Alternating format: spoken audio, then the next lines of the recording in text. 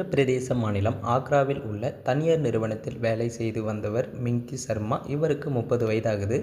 இவரை கடந்த சில நாட்களுக்கு முன்பு திடீரென காணாமல் போயிருக்காங்க. இந்த நிலையில் அங்குள்ள யமுனை ஆற்று பாலத்தில் சாக்கு மூட்டை ஒன்று கேட்பரற்று கிடந்திருக்கு.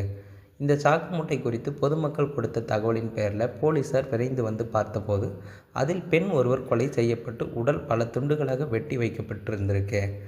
ஆனால் அவரது தலையை காணவில்லை. இதையடுத்து அப்பகுதியில் உள்ள கண்காணிப்பு கேமரா பதிவுகளை ஆய்வு செய்தபோது ஒருவர் இருசக்கர வாகனத்தில் சாக்கு மூட்டையை கொண்டு வந்து போட்டுவிட்டு சென்றது தெரிய வந்திருக்கு. போலீசார் உடனே வினய் என்ற அந்த நபரை பிடித்து விசாரித்த போது திடுக்கிடும் தகவல்கள் தெரிய வந்திருக்கு. கொலை செய்யப்பட்ட பெண் மிங்கி சர்மா என்று தெரிய வந்திருக்கு. மிங்கியும் அதே அலுவலகத்தில் வேலை செய்யும் வினய் என்பவரும் காதலித்தும் வந்திருக்காங்க.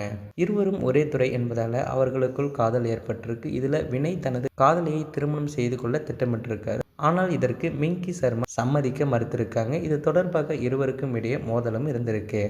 இதே பிரச்சனையில் அவர்கள் தனியாக சந்தித்த போது வாக்குவாதம் ஏற்பட்டிருக்கு. இந்த வாக்குவாதம் முற்றிய நிலையில் வினய் அங்கிருந்த தேங்காய் உடைக்கும் கத்தியை எடுத்து தனது காதலியின் கழுத்தில் குத்திருக்காங்க. இதில் படுகாயம் அடைந்த மிங்கி சர்மா சம்பவ இடத்திலேயே உயிர் இழந்திருக்காங்க. இதையடுத்து மிங்கியின் உடலை பல துண்டுகளாக வெட்டியிருக்காங்க. தலையை மட்டும் தனியாக எடுத்து அதனை தனியாக ஒரு பிளாஸ்டிக் பேக்கில் வைத்திருக்காரு.